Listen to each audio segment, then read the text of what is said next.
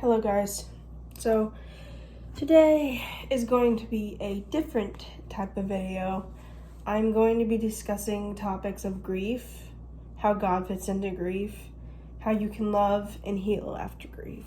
First of all, I want to start with if there's anyone out there that is currently experiencing grief, loss, or anything in between.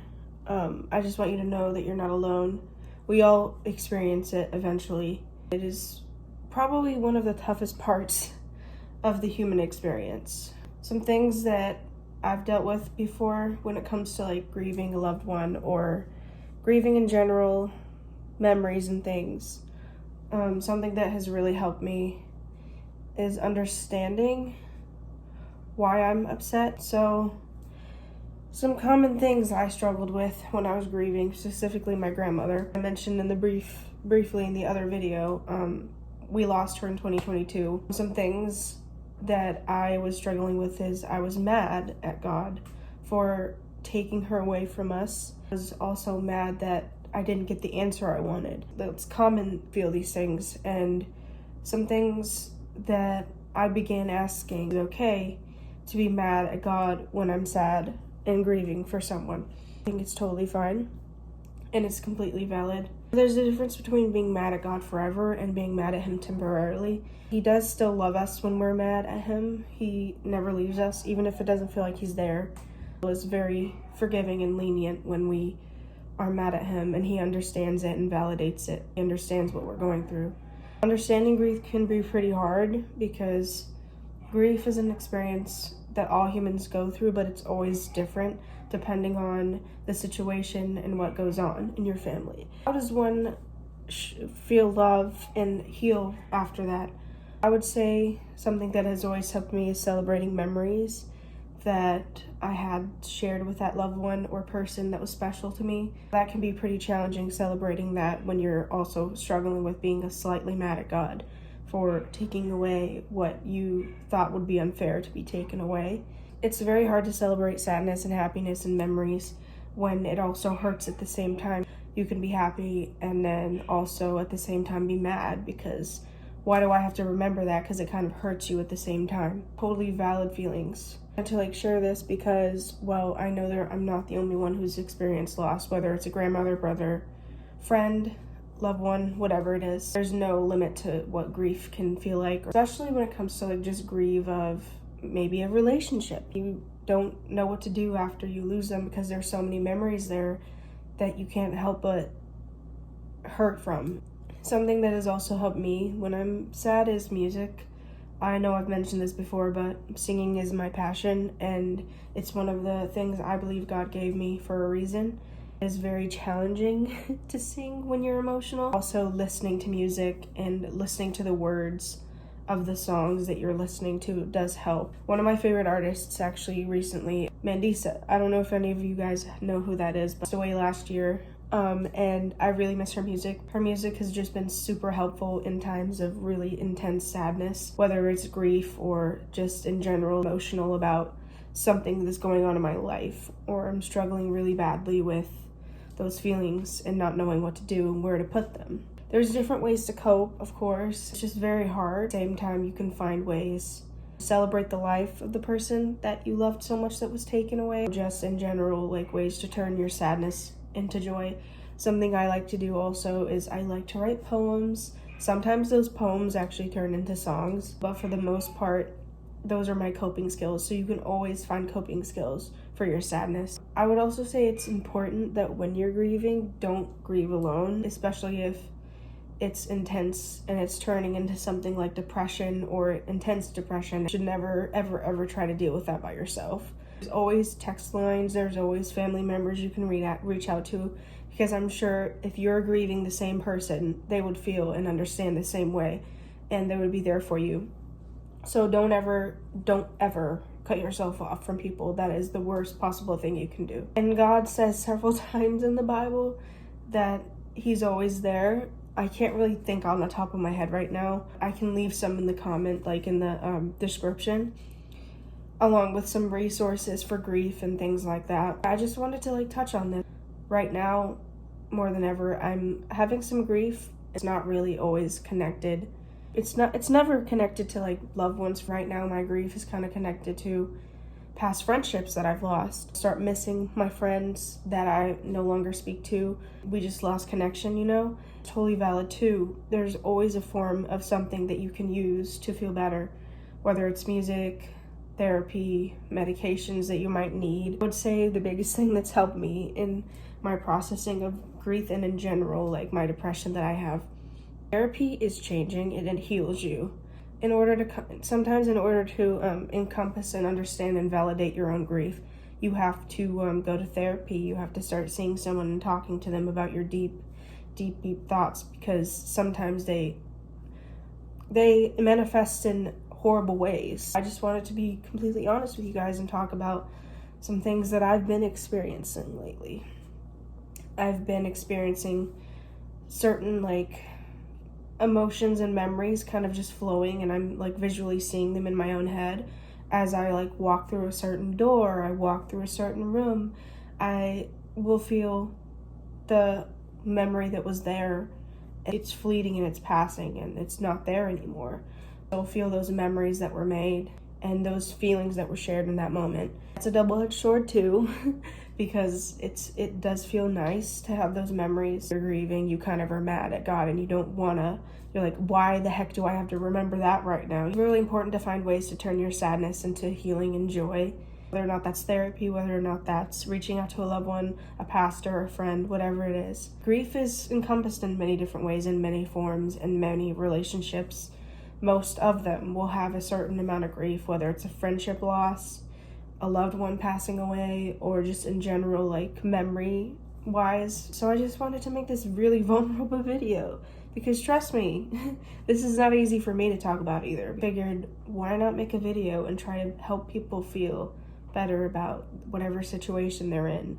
I might not know you personally, I might not know what your situation is, but something I think God has gifted me with is the way of words in which I can express reaching out to you, whether it's just a stranger on the internet or it's like someone in my life that I have no idea is experiencing the same thing.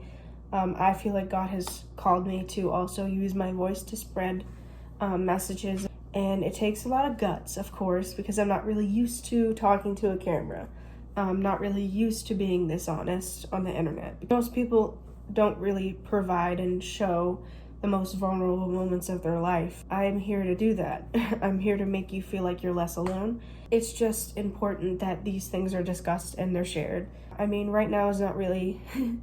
Today is not really a fun day for me. I will tell you it's a very sad day. I will tell you that. Another thing I would say is don't turn God away when he tries to be there for you. It's totally valid to be upset with him if he decides, well, okay, this person needs to go to sleep for now, he's away.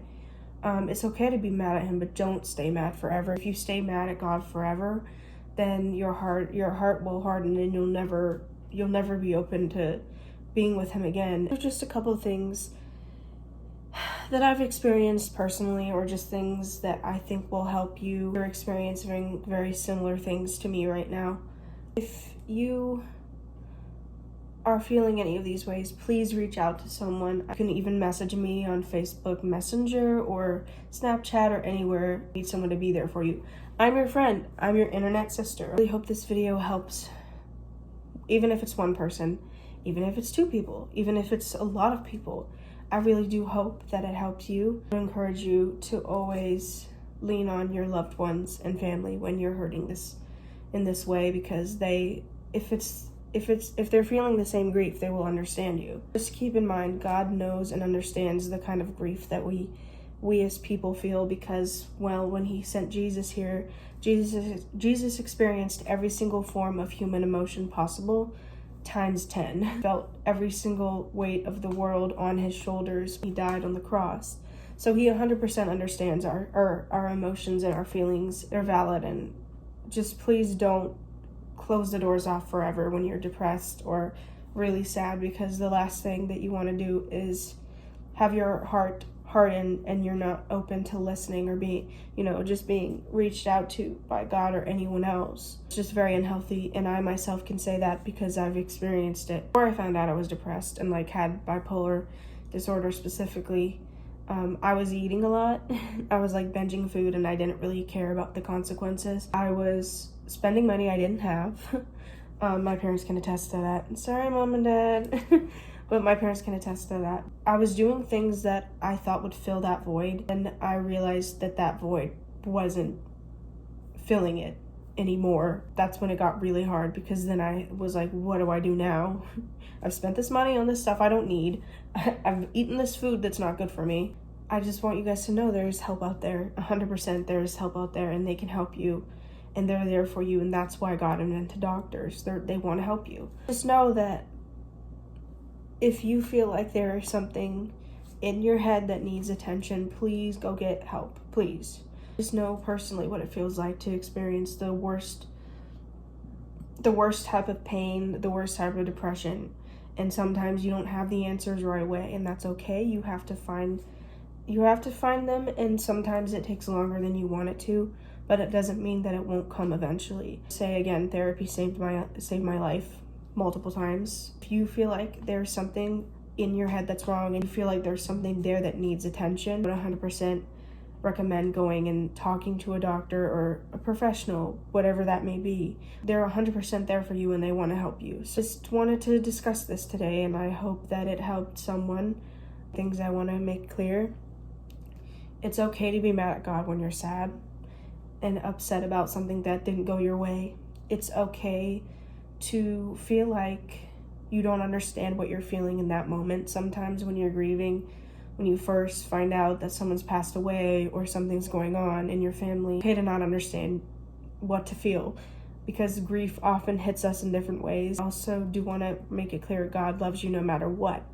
Whether you're sad, happy, mad at him even, he understands you. Making memories and like celebrating those memories you had with that specific individual or person is a very good and healthy thing. Let it turn into something and manifest into something that's really dangerous for you. If you feel like you're depressed, please go get help. Like I said, find ways to turn your sadness, pain, and grief into something beautiful. Maybe write a song, maybe color or draw something that is how you feel on the inside.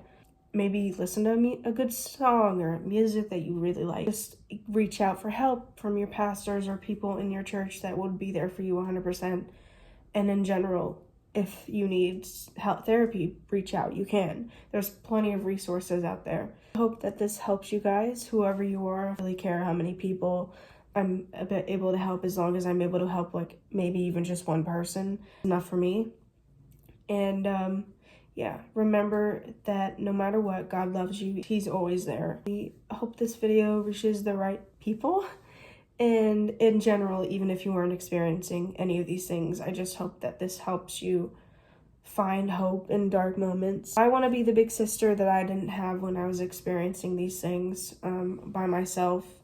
I want to be the big sister to you. I was experiencing my issues, because fighting alone is never the answer. One of the things that you try to do on your own, most likely they won't be the answer.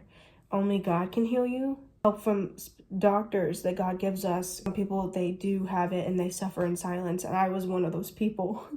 I suffered in silence for years at a time. I didn't tell people what I was feeling. I didn't tell them my honest, true emotions and feelings, and I thought I was the only person in the freaking world that was feeling this depressed and sad. The resources are life-changing, especially when you don't understand what's going on. The minute that you find out if there's something up in your head that's chemically imbalanced, the minute you find out that that's what that is and they can help you, it saves your life. And I do believe that God used resources like that to save my life. He also used my family and friends to found it in my head, go get help. Because if you don't, and you deal with this, and it's very crippling, you can't get out. That's what it's there for. So I really hope this video touched you in your heart. I hope that if you know anyone that's experiencing similar things, that you send this to them. You make sure that if you feel like there is a person who's too quiet, they appear very happy, reach out and make sure they're okay. Because I 100% guarantee you, most people who put on a happy face, sometimes they can be the most depressed person. Make sure that if you know anyone like that, or you have friends that they are pretty quiet into themselves, just make sure that everyone's okay. Make sure you check in. I feel like they need love, extra love sometimes. You need to make sure that they're okay, because if you don't check on people, sometimes if they feel like you don't care enough, then that's also something they might be feeling. And I know that sometimes depression and things like that will blind you, like not physically, but like blind you to the reality that people care. Impounded in myself, make sure I check on my friends, whether or not they're presenting to be sad or whatever. I always make sure to check on them, because you never know what someone's experiencing, and I would rather them experience it, someone they know, and just be honest with you and tell you, okay, I do need help. I really do need help. How do I get help? Where should I start? You know, this is 100% real and raw. And I hope that it helps someone. I will leave resources in the description of this video. I will find some and I'll leave them in the description. Of course, you feel free to reach out to me or a pastor or a friend if you know someone that's experiencing this, or in general, they just need an extra push or an extra love, get the help that they need. There are some things you can do to be there for them, and that is what makes the difference. Unfortunately, people, off themselves, and more often than not, it's because they feel like their depression just goes unchecked, their emotions just go unchecked, and they don't get help, and they don't feel like they can get help. And more often than not, that's what's led to so many deaths. I just wanted to be as honest as I could about this topic and several topics in this video. I hope it helps you, and I'll see you guys in my next video. Hopefully it will be a singing video, but we'll see.